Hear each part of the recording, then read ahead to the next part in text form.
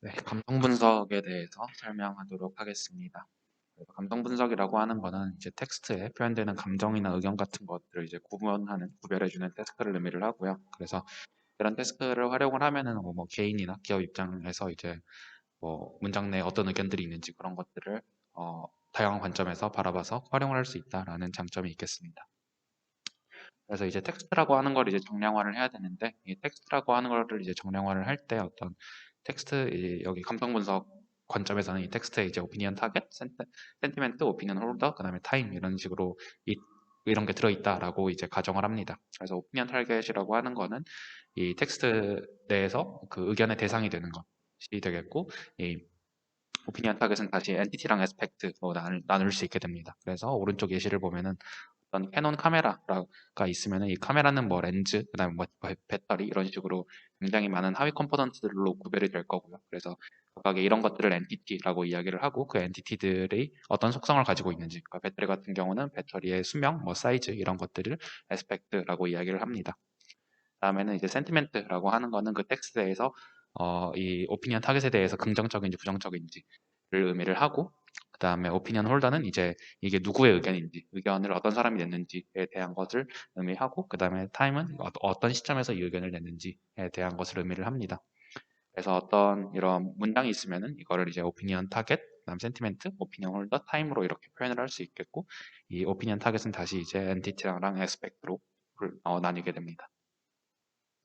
그래서 이러한 방법들을 통해서 어떤 텍스트가 있을 때 이런 비정형 데이터를 정형 데이터로 만들어줬기 때문에 이걸 이제는 이 오피니언 간의 어떤 비교가 가능하게 됩니다. 그래서 아래 예시를 보면은 오피니언 간에 이제 각각의 그 컴포넌트별로 어떤 거에 비교 우위가 있는지 이런 것들을 좀 정량화해서 표현을 할 수 있게 됩니다. 그래서 이렇게 정량화된 데이터로 표현을 했기 때문에 텍스트를 다양한 분석 방법으로 오늘 적용이 가능합니다. 그래서 대표적으로는 렉시콘 베이스 어프로치랑 이제 머신러닝 베이스 어프로치가 있습니다. 그래서 먼저 렉시콘 베이스 어프로치 같은 경우는 첫 번째로서 이제 매뉴얼 어프로치를 살펴보면은 어떤 문서가 있으면은 그 문서를 이제 POS 태깅을 진행을 해서 각각의 뭐 단어가 어떤 어, 뭐 형용사인지 명사인지 이런 것들을 구분을 해주게 되고 여기서 키워드를 선정을 해서 그 키워드랑 이제 동시에 등장하는 그런 표현들이 이제 긍정인지 부정인지 이런 것들을 이제 사람이 일일이 이렇게 레이블링을 진행을 해주게 됩니다. 그래서 이런 거를 기반으로 해서 뭐 그 각각의 제품에 대해서 뭐 얼마나 극성이 있는지 그 다음에 얼마나 긍정이었는지 부정이었는지 그런 것들을 시각화를 해서 분석을 진행을 할 수 있게 됩니다. 다음은 이제 디큐너리 베이스드 어프로치입니다. 디큐너리 베이스 어프로치 같은 경우는 이제 기존의 감성 사전들을 활용을 하는 것입니다. 그래서 대표적으로 이제 워드넷과 같은 것들이 존재를 하겠고요. 그래서 근데 이런 딕셔너리 베이스 어프로치 같은 경우는 이제 기존에 구축이 되어 있는 감성 사전을 활용을 하기 때문에 도메인에 특화된 그런 문맥들을 파악하기 어렵다라는 단점이 존재합니다. 그리고 세 번째는 이제 코퍼스 베이스 어프로치인데 코퍼스 베이스 어프로치 같은 경우는 도메인에 이제 특화된 감성 사전을 구축을 하는 것을 목표로 하고 있습니다. 그래서 이렇게 영어 리뷰 데이터가 있으면은 그 리뷰 데이터의 평점을 활용을 해서 어, 이 문장이 긍정인지 부정인지 이런 것들을 판별을 해서 이제 도메인에 특화된 감성 사전을 하게 됩니다.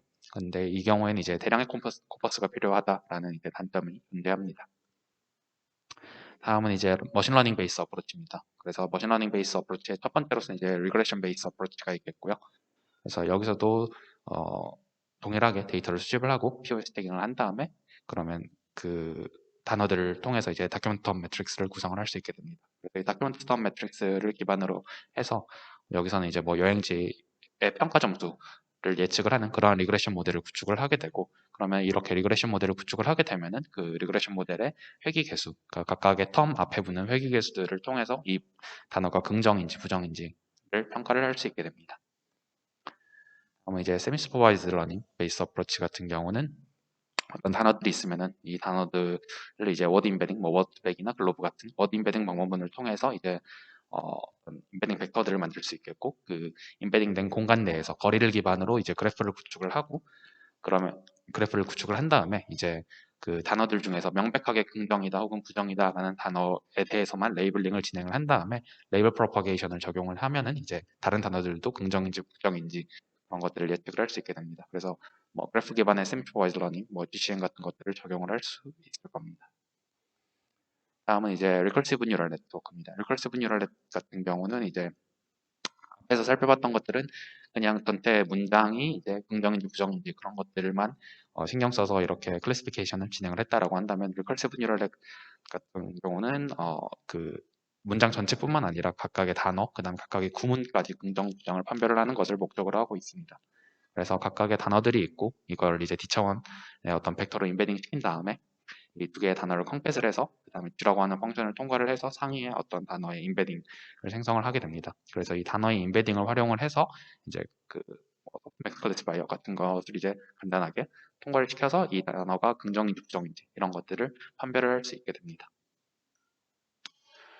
그래서 살펴봤던 RNN 같은 경우는 이제 단순히 단어의 인베딩만 활용을 했다라고 한다면은 매트릭스 벡터 RNN 같은 경우는 이 하나의 단어를 표현을 할 때 단순히 벡터로만 표현을 하는 게 아니라 이제 매트릭스로도 표현을 해서 어떤 그 단어의 그 문맥적인 의미를 매트릭스에 저장을 하자라는 것이 MVRNN의 아이디어가 되겠고요. 이거를 더 확장을 시킨 게 이제 RNTN인데 RNTN 같은 경우는 이거를 매트릭스 이상의 차원인 그런 텐서로서 확장을 하자라는 것이 RNTN입니다.